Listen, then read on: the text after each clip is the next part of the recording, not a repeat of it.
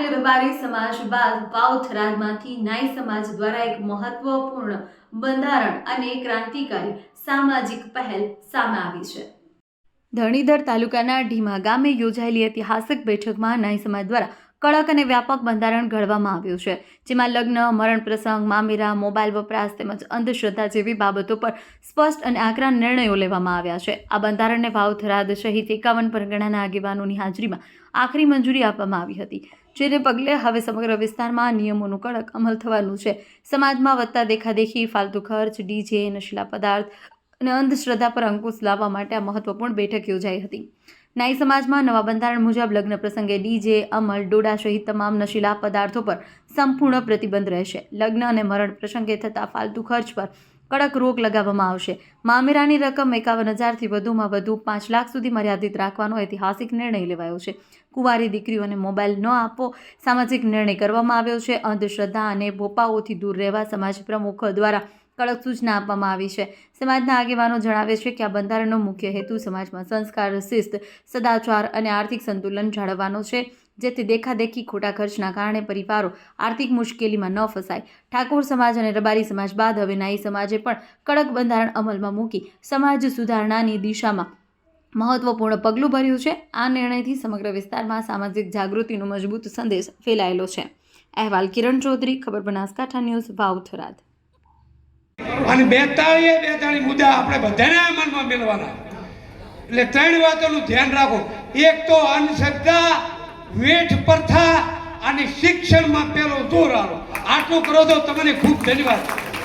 ફોટાના status રાખવાને આમાં આપણી ઇજ્જતની સવાલ છે, એટલે આ વાત બધાએ બરોબર છે।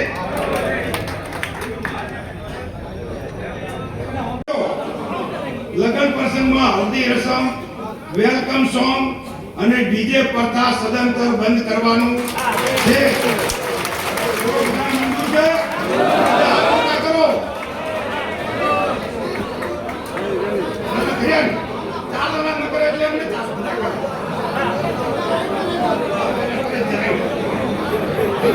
તમારે આ માણસની દાઢી ન કરવાની, આ જ્ઞાતિ વાળાના વાળ નહીં કાપવાના, એમાં ઘણા બધા પ્રશ્નો ઊભા થાય છે। છેલ્લે ઘણીવાર તો એટ્રોસિટી સુધી વાતો આવી છે, અને એમાં પછી આગેવાનો શોધવાનું થાય છે, અને અમારે સમાધાન કરવા જવું પડે છે।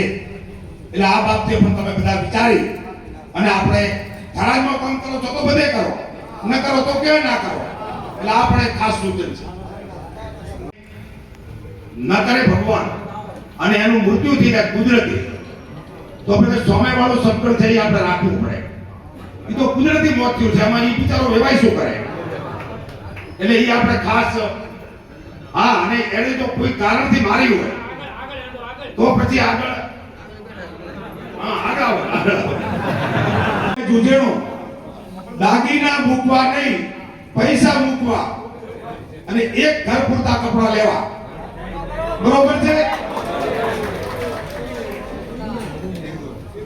અને મોમેરામાં પણ એવું સૂચન છે કે 51,000 થી 5 લાખ સુધીનું કરવું, એથી વધારે કરવું નહીં, બરોબર છે।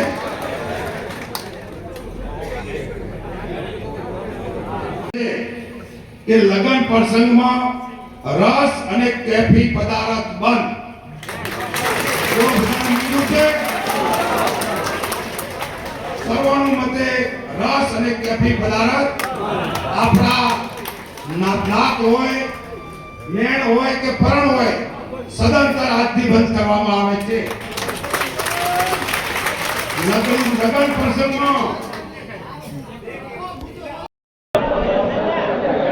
વાવ થરાદ અને બનાસકાંઠાના ન્યાય સમાજ દ્વારા એક બંધારણ સુધારણા માટેની બેઠક યોજાઈ છે। કેવા પ્રકારના બંધારણ સુધારણા કયા છે અને કેટલા લોકો ઉપસ્થિત રહ્યા છે, શું કહેશો? આજે અમારા વાવ થરાદના અને બનાસકાંઠા જિલ્લાના તમામ ન્યાય સમાજના આગેવાનો, યુવાઓ, ભાઈઓ ખૂબ બહોળી સંખ્યામાં અહીંયા હાજર રહ્યા છે। અને પહેલું જ પ્રથમ જે એમને પગલું ઉપાડ્યું છે બંધારણ માટે, એ વ્યસન મુક્ત સમાજ થાય એના માટે કરી અને વધારે જે ઉત્સાહ હતો એ યુવા ભાઈઓમાં મેં દેખ્યો છે। એટલે પહેલાં તો હું મારા સમાજના જે યુવા ભાઈઓ છે એમને ખૂબ ખૂબ ધન્યવાદ આપીશ કે આજે 21મી સદી ચાલી રહી છે અને ખરેખર તમે પહેલ કરી છે જે વ્યસન મુક્ત કરવા માટે સમાજને, એ માટે હું એમને ખૂબ ખૂબ અભિનંદન આપીશું। કેવા કેવા મુદ્દાઓના બંધારણ અમારા ઘણા બધા એવા મુદ્દાઓ છે જે કુરિવાજો હતા એ દૂર કરવામાં આવશે. મરણ અને પરણમાં જે પ્રસંગોમાં ખર્ચા થતા હતા એ ખૂબ જ નાની માત્રાઓમાં ખર્ચા કરવામાં આવશે. કે ખૂબ મોટા ખર્ચાઓ થતા હતા, દેખાદેખી થતી હતી, એ બધા તમામ બંધ કરવામાં આજે આવ્યા છે. અને મને વિશ્વાસ છે કે મારો નાઈ સમાજ એનું પાલન કરશે. આજે મને ખૂબ ખુશી છે એ બાબતમાં. ખાસ કરીને દીકરીઓ અને મહિલાઓ માટે સમાજ સુધારણા કરે. હા, એ આજે મેન મુદ્દો જે સમાજે ઉઠાવ્યો છે, એક મહિલા તરીકે મને ખૂબ ખુશી થઈ છે. હું મારા સમાજના વડીલોને, આગેવાનોનો ખૂબ આભાર માનીશ કે દીકરીને ભણાવવા માટે, જે શિક્ષણ માટે કરી અને જે એક પહેલ કરી છે અને એને શિક્ષા અપાવવાનું કર્યું છે. દહેજ નહીં દે તો ચાલશે પિયરવાળા, પણ એને જે ભણાવવાની એ કીધું કે ભાઈ કાંઈ નહીં તો 12 ધોરણ સુધી તો દીકરીને ભણાવવા જ. એટલે એ અમારા મહિલાઓ માટે ખૂબ ખુશીની વાત છે. શું નામ? મારું નામ ગીતાબેન નાઈ, વાવ થરાદ, હું જિલ્લા પ્રમુખ છું.